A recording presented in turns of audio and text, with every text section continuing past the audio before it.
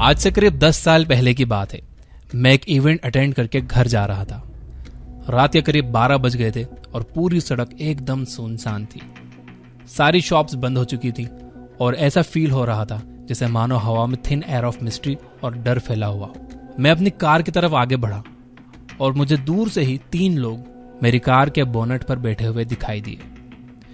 मेरे sixth sense ने मुझे कहा कि यार कुछ तो गड़बड़ है। उस टाइम मेरे हाथ में लैपटॉप था, एक महंगी घड़ी भी थी। थोड़ा और आगे जाते ही मुझे समझ में आ गया कि दिस इज वॉर, क्योंकि सामने वाले चर्सी थे और वो लोग मुझे लूटने वाले थे। वेल, इस सिचुएशन में आपको क्या लगता है मैंने क्या किया होगा? ऑप्शन 1, भोला बन के यस सर करके उन चरसियों को मुझे लूटने दिया होगा, या फिर ऑप्शन 2, अपनी स्ट्रीट स्मार्टनेस का यूज करके चंट चालाकी से उन चरसियों से अपने आप को बचाया होगा और सेफली घर पर पहुंचा होगा। आपके पास 5 सेकंड है कमेंट करने के लिए। 5, 4, 3, 2, 1। तो अगर आपने ऑप्शन 2 चूज किया है तो यू आर एब्सोल्युटली राइट, क्योंकि मैं भागने वालों में से नहीं हूं, मैं भाग लेने वालों में से हूं। तो जैसे ही मैंने मेरे स्टेप्स आगे बढ़ाए, सामने वाले 3 बंदे एकदम खड़े हो गए और अपनी आस्तीनों ऊपर कर ली जैसे वो मुझ पर अटैक करने वाले थे। उतनी देर में मैंने अपना फोन बाहर निकाला और कैमरा से उन्हें रिकॉर्ड करना स्टार्ट किया, जिसके बाद मैंने बिना डरे उनकी आंखों में देखते हुए एक अथॉरिटिव टोन में कहा, मेरे अंकल सुपरिटेंडेंट ऑफ पुलिस हैं और मैंने उन्हें तुम तीनों का वीडियो भेज दिया है और अपनी लोकेशन भी ऑन कर दी है, तो जो भी करोगे ना सोच समझ के करना। ये बातें सुनते ही उन तीनों के चेहरे का रंग ही उड़ गया, जिसके बाद उनमें से एक बंदे ने एक डरी हुई वॉइस में मुझसे कहा, अरे भाई हम तो सिर्फ यहाँ पर ऐसे ही बैठे थे, अब बस घर जा ही रहे थे, आप भी जाइए, कोई दिक्कत वाली बात थोड़ी है।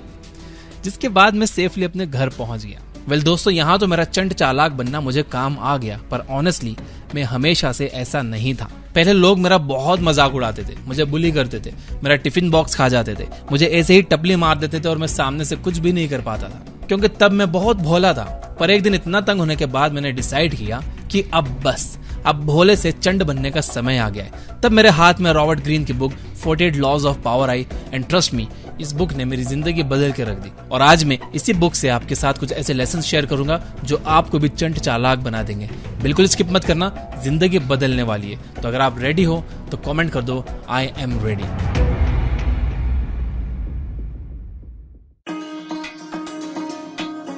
Number 1, discover each man's thumb screw. एक बार एंड्रू कार्नेगी की सिस्टर इन लॉ अपने दोनों लड़कों के लिए काफी परेशान थी, क्योंकि उनके दोनों बच्चे घर से बाहर येल यूनिवर्सिटी में पढ़ते थे। इसलिए उनकी माँ को दोनों बच्चों की काफी फिक्र रहती थी। इसलिए वो हर हफ्ते अपने बच्चों को इमोशन से भरा हुआ लेटर लिखती थी। लेकिन ये बच्चे इतने बुरे थे कि वो अपनी माँ की बिल्कुल रिस्पेक्ट नहीं करते थे और अपनी माँ के लेटर्स को बिल्कुल रिस्पॉन्ड नहीं करते थे। इसलिए परेशान होकर माँ ने यह बात एंड्रू कार्नेगी को बताई। सिचुएशन को समझने के बाद एंड्रू कार्नेगी ने तुरंत कहा कि इतनी सी बात है, मैं तो बिना लिखे ही दोनों बच्चों को लेटर्स लिखने के लिए मजबूर कर सकता हूँ। ये बोलकर एंड्रू ने एक ऑर्डिनरी पोस्ट कार्ड लिया और उस पर लिखना शुरू किया, kids, I hope that you have been having fun at Yale. Here is $5 for each of you, so that you can twice your fun and enjoy your life at max. Spend this money wisely, and as soon as you come home, make sure to visit me. Well, इतना लिख के Andrew Carnegie ने चिट्ठी को post कर दिया। पर क्या आपको पता है कि एंड्रू ने चिट्ठी में जानबूझकर पैसे नहीं डाले थे। इसलिए जैसे ही बच्चे को वो खाली लिफाफा मिला, तो उसके तुरंत बाद दोनों बच्चों ने अगले दिन चिट्ठी का रिस्पॉन्स देते हुए कहा कि डियर अंकल एंड्रू, हमें बहुत खुशी है कि आप हमारी इतनी परवाह करते हो, हमें भी आपकी बहुत याद आती है। वैसे हम अगले महीने ही घर आने वाले हैं, तो हम आपसे जल्दी मिलेंगे। वैसे ये सब तो ठीक है अंकल, और हमें आपकी चिट्ठी भी मिली, लेकिन इसके साथ जो $5 भेजे थे ना, वो कहीं मिसिंग है। आप प्लीज इसके बारे में इंक्वायरी करके हमें बताइए कि ये कहाँ खो गए। अब ये लेटर देखकर उनकी माँ काफी शॉक होगी, क्योंकि एंड्रू ने बड़ी ही चालाकी से बच्चों को रिस्पेक्ट के साथ लेटर लिखने पर मजबूर कर दिया था। और यही है रिवर्स साइकोलॉजी का पहला रूल कि लोगों की जरूरतों और वीकनेस को समझो और एग्जैक्टली वहीं पर अटैक करो, क्योंकि जैसे ही आप ये करोगे, लोग तुरंत ही हाथ जोड़ के आपकी रिस्पेक्ट करने चले आएंगे। वहीं साइकोलॉजी का दूसरा रूल कहता है कि win through actions not arguments. एक बार माइकल एंजेलो डेविड का स्टैचू बना रहे थे, जिसके फिनिश होने के बाद सिटी के मेयर ने स्टैचू को देखकर एक कमेंट पास किया, माइकल, मुझे लगता है कि ये स्टैचू की नाक थोड़ी बड़ी है। माइकल चुपके से हाथ में थोड़ी धूल उठाते हैं और हैमर से स्टैचू पर टैप करते हैं और हाथ से धूल नीचे गिराते हैं, जिसके बाद जाकर मेयर को पूछते हैं, क्या अब नाक ठीक लग रही है? जिसको देखने के बाद मेयर कहता है, परफेक्ट, अब स्टैचू ज्यादा बेटर लग रहा है। अब यहाँ रियलिटी में मेयर नीचे के एंगल से स्टैचू देख रहा था, इसलिए उसे नाक बड़ी लग रही थी और ये बात माइकल को पता भी थी, बट फिर भी he did not argue and instead अपने एक्शन से विन विन सिचुएशन क्रिएट कर दी। इसके फ्लिप अपोजिट में गायस लिसिनियस म्यूसियानस नाम के एक लीडर ने एक इंजीनियर को शिप्स को पर्टिकुलर फॉर्मेट में बनाने का टास्क दिया। इंस्ट्रक्शन सुन के इंजीनियर ने एक अथॉरिटिव टोन में कहा कि आप जैसा शिप बनाने का कह रहे हो वो वॉर के लिए ठीक नहीं है और आपको इसकी वजह से वॉर में हार भी मिल सकती है। वेल, यहाँ पर हैरानी की बात यह है कि इंजीनियर बिल्कुल सच कह रहा था, पर उसके अथॉरिटिव टोन और किंग की बात ना मानने पर उसे फांसी की सजा सुनाई गई। वेल, अगर इंजीनियर आर्ग्यू करने के बजाय पहले ऑर्डर्स को एक्सेप्ट करके एक मॉडेस्ट वे में सॉल्यूशन देता तो शायद उसकी जान भी बच सकती थी और शायद उसके सजेशंस को भी कंसीडर किया जा सकता था।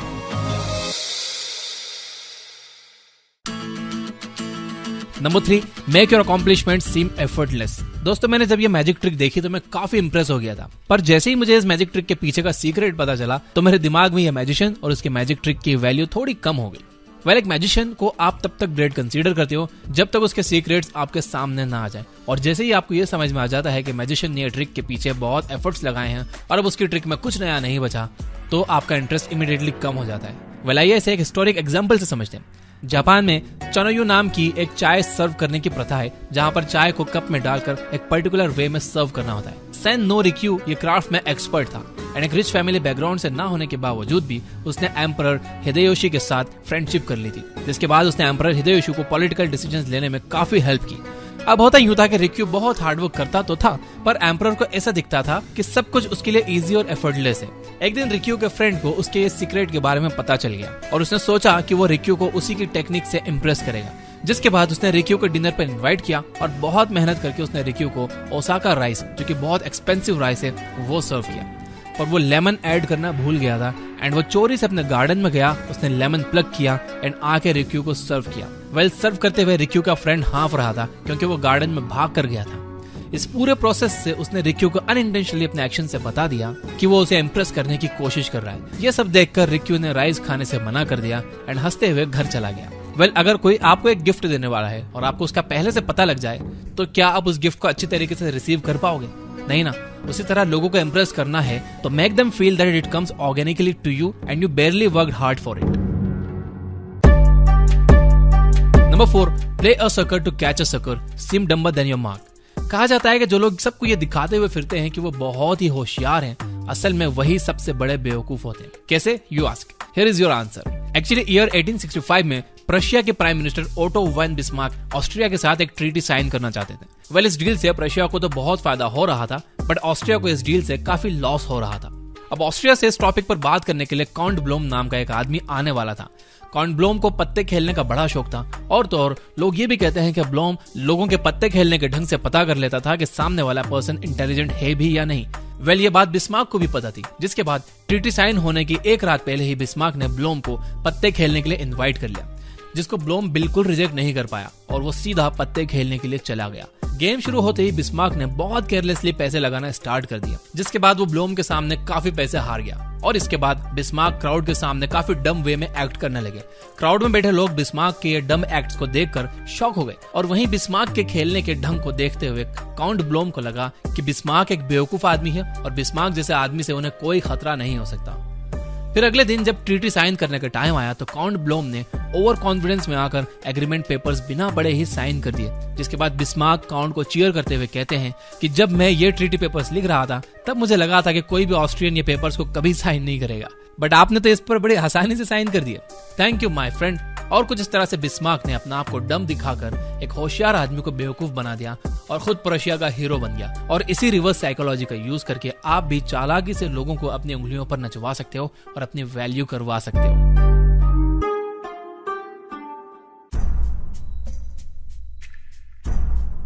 Number 5, use absence to increase respect and honour.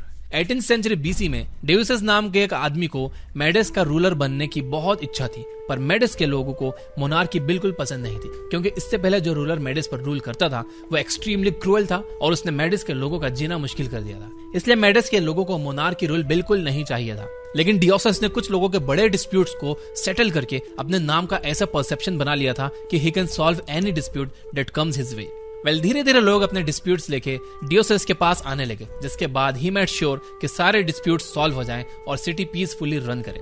फिर कुछ टाइम के बाद डियोसेस ने अनाउंस किया कि वो अब से पब्लिक लाइफ क्विट कर रहा है and he won't be solving disputes any more. Well, उनके एब्सेंस के बाद कुछ टाइम तक तो सब कुछ ठीक था, बट एज यूजुअल लोगों में फिर से डिस्प्यूट होने लगे, जिससे शहर की शांति कहीं गुम ही हो गई। इस एब्सेंस की वजह से लोगों में उस एक्सटेंट तक हड़बड़ी मची कि लोगों ने उनके लिए मोनार्की तक को भी एक्सेप्ट करना रिलेवेंट समझा, जिसके बाद मेडिस ने डियोसिस को किंग डिक्लेयर कर दिया। डियोसिस बिकम अ किंग, जिसके बाद उन्होंने ये मेक श्योर किया कि उनकी प्रेजेंस सैक्रेड हो और वो शेड्यूल्ड टाइम पर ही लोगों से इंटरेक्ट करें और उनकी क्वेरीज सॉल्व करें। वेल, अपनी एब्सेंस का यूज करते हुए he ruled for 43 years and lived a God status lifestyle. Well, क्या आपने नोटिस किया है, सेलिब्रिटीज कोई भी इवेंट पर लेट आते हैं और 5-10 मिनट में ही निकल जाते हैं, ये कहकर कि I have to attend different event, जबकि रियलिटी में उन्हें घर जाके पजामा में बैठ के चिल करना होता है। And you ask why, because you always want to be that guy जिसे देख के सब कहेंगे देखो ही इज हियर, ना कि ये कहें कि ये लो फिर आ गया अब यहाँ से, अब कब जाएगा क्या पता। Number 6, to keep power be formless. अगर आप लोगों ने 300 मूवी देखी है तो आप उसे देखकर बहुत इंप्रेस हुए होंगे, लेकिन क्या आपको पता है कि स्पार्टन्स ने 18th सेंचुरी में काफी एरिया को कॉन्कोर कर लिया था ताकि वो अपनी फैमिली के साथ वहां रह सके, लेकिन उसके बाद उनका गोल ये रहा कि वो एग्जिस्टिंग लैंड और अपने लोगों को कैसे सेव कर सकते हैं। वो कभी भी और एक्सपांड करने के मूड में नहीं थे और इसलिए उन्होंने एक सॉल्यूशन निकाला। वेल, सॉल्यूशन ये था कि वो अपनी आर्मी को इतना ट्रेन कर देंगे कि वो दुनिया की सबसे एलीट आर्मी बन जाएगी। जब कोई भी स्पार्टन 7 साल का हो जाता तो उसे उसकी माँ से ले जाकर मिलिट्री क्लब में डाल दिया जाता था। उन बच्चों को जमीन पर सोना पड़ता था और पूरे साल में सिर्फ एक ही कपड़े पहनने के लिए दिए जाते थे। अगर कोई भी बच्चा कमजोर पड़ता था तो उन्हें माउंटेन्स में मरने के लिए छोड़ दिया जाता था, और तो और उन्हें ना किसी म्यूजिक ना ही आर्ट का सब्जेक्ट पढ़ने दिया जाता था। उन बच्चों से सिर्फ एक ही चीज एक्सपेक्ट की जाती थी कि वो एक किलिंग मशीन बन जाए, और हुआ भी वही।